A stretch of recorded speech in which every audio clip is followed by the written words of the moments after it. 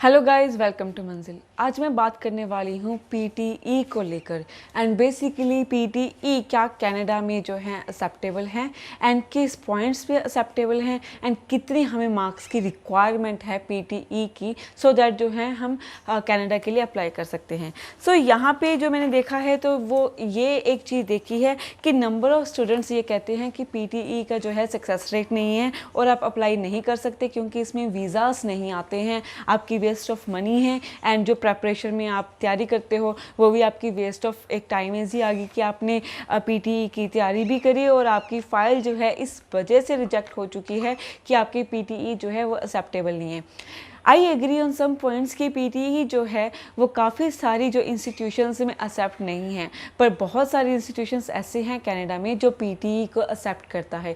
पर अगर यहाँ पे ये क्वेश्चन आता है कि अगर ये पीटीई एक्सेप्ट हो रहा है तो ये किस इंटेक के लिए हो रहा है, सेकंड क्वेश्चन इज़ कितने मार्क्स के लिए हो रहा है और कितना हमें ओवरऑल चाहिए सो दैट हमें एक सक्सेसफुल जो है वीज़ा देखने को मिले। सो स्टार्ट करती हूँ मैं इंटेक को लेकर। सो रिसेंटली ये बात हुई थी जनवरी इंटेक को लेकर और अपकमिंग जो हमारा है वो मई इंटेक है, क्या इनमें अवेलेबल है? तो इसका श्योर पहले आंसर है येस, पीटीई इन इंटेक्स में अवेलेबल है। सो इस बात की आप टेंशन बिल्कुल मत लें कि अगर इस इंटेक में आपने अप्लाई करना है सो पीटीई नहीं, आपको आइल्स करनी पड़ेगी। जिनको पीटीई ईजी लगती है बट ऑब्वियस जिनसे आइल्स जो है नहीं होती है वो पीटीई को ऑप्ट करते हैं। सो अगर जिनको पीटीई ईजी लगती है तो वो इन इंटेक्स में अप्लाई कर सकते हैं।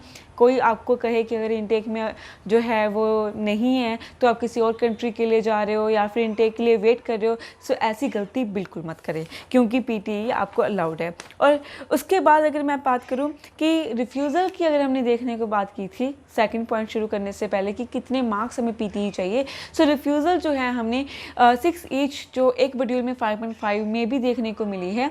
और इसका मतलब ये नहीं है कि इसमें फ़ाइल नहीं लगती है, बट इसका जो सक्सेस रेट है वो बहुत कम है ईच 6 से।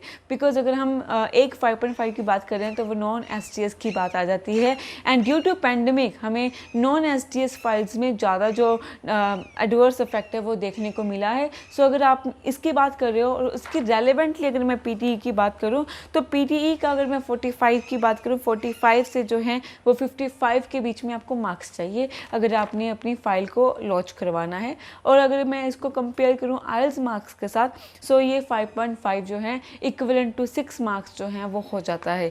बट यहाँ पे कुछ एडवर्टीजमेंट ये की गई थी कि पीटीई के लिए जो है आपके 5.5 से अगर कम मार्क्स में भी रिलेटिवली बन रही है तो आपकी एडमिशन हो जाएगी। सो आई एडवाइस यू कि ऐसे एडवर्टीजमेंट से आप दूर रहें क्योंकि ऐसी कोई पॉसिबल मैंने केस अभी तक नहीं देखा है। अगर आपको लगता है आपको कर सकते हैं सो दिस योर चॉइस, पर मेरे अकॉर्डिंगली आपको नहीं करना चाहिए। एंड अगर मैं मिनिमम क्राइटेरिया की बात करूँ कि किस स्कोर में जो है आपको एडमिशन मिल सकती है, वो है आपकी मिनिमम स्कोर जो है वो 51 होना चाहिए, 51 से अप होना चाहिए और जो ओवरऑल जो मार्क्स होते हैं वो 57 से 58 के बीच में जो है आपको ओवरऑल मिनिमम चाहिए। मतलब एक दो सब्जेक्ट में अगर 51 है तो चल सकता है बट ओवरऑल जो है आपको 57 से 58 चाहिए आपको पीटीई स्कोर, सो दैट अगर आपने एक अच्छा रिजल्ट लेना है या फिर अपना वीज़ा लगवाना है और फाइल लॉन्च करके जो है अपनी रिजल्ट लेनी है। बट यहाँ पर एक कंसिडरेशन क्योंकि अभी एक क्वेश्चन ये आता है कि क्या पीटीई और जो हमारे आइल्स में डिफरेंस होता है, सो ऐसा कोई डिफरेंस नहीं होता है। अगर मैं आपको कहूँ कि पीटीई करने से ये फ़र्क हो जाएगा, बट यस कनाडा जो है इसमें कुछ इंस्टीट्यूशन की ही अवेलेबिलिटी क्यों देता है, उसका रीज़न ये है कि पीटीई और जो आइल्स में 0.5 मार्क्स का जो है डिफरेंस हमेशा ही रहता है, वो हम नहीं कवर कर सकते। सो इसीलिए आइल्स को ज़्यादा प्रेफरेंस मिलती है और पीटीई को नहीं मिलती। सो आई एडवाइज़ यू कि आपको जो है इक्विवेलेंट जो 6 बैंड के अकॉर्डिंगली जो है आप जो अपने पीटीई का स्कोर ले सकते हैं। और इसमें ये है कि आपकी एडवाइस मैं आपको लास्ट जाते जाते यही दूंगी कि जिन बच्चों के 51 पीटीई मार्क्स जो हैं ये 51 से कम हैं, I advise you to not to reclaim your file और अपनी फ़ाइल लॉन्च मत करें बिकॉज उसमें आपको 90% जो है वो रिफ्यूज़ल देखने को मिल सकती है। एंड अगर आपको कोई एडवर्टीज़मेंट के साथ ऐसा कह रहा है कि नहीं आपकी हो जाएगी, आपको ऐसा कुछ नहीं होगा, हम कराते हैं, हमारे पास ये है, तो या तो आप ये काम कर सकते हैं, आप उनसे जो है एविडेंस ले सकते हैं सो दैट आपको रीश्योरिटी हो जाए कि येस आपकी जो फाइल है वो गलत हाथों में नहीं है। एंड फर्दर मोर पीटीई की अगर आपने प्रेपरेशन करनी है तो आप हमें कॉन्टैक्ट भी कर सकते हैं, कंसल्ट भी कर सकते हैं।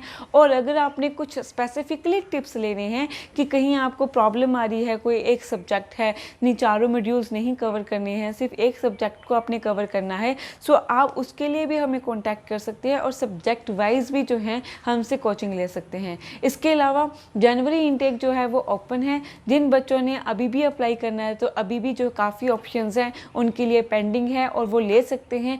लोकेशन में थोड़ी प्रॉब्लम आ सकती है, कोर्सेज में थोड़ी प्रॉब्लम आ सकती है, ऐसे सिर्फ 2 मंथ्स रह चुके हैं, बट आपको जो शॉर्ट जो है वो जनवरी के लिए जो सीट जो है वो मिल जाएगी। उसके लिए आपको एक क्लैरिटी चाहिए कि किन किन लोकेशंस में जो है आपको इंस्टीट्यूशंस में क्या क्या कोर्सेज मिल सकता है। फर्दरमोर अगर मैं बात करूँ हेल्थ के रिलेटेड जो भी आपकी कोर्सेज है वो भी अवेलेबल हैं।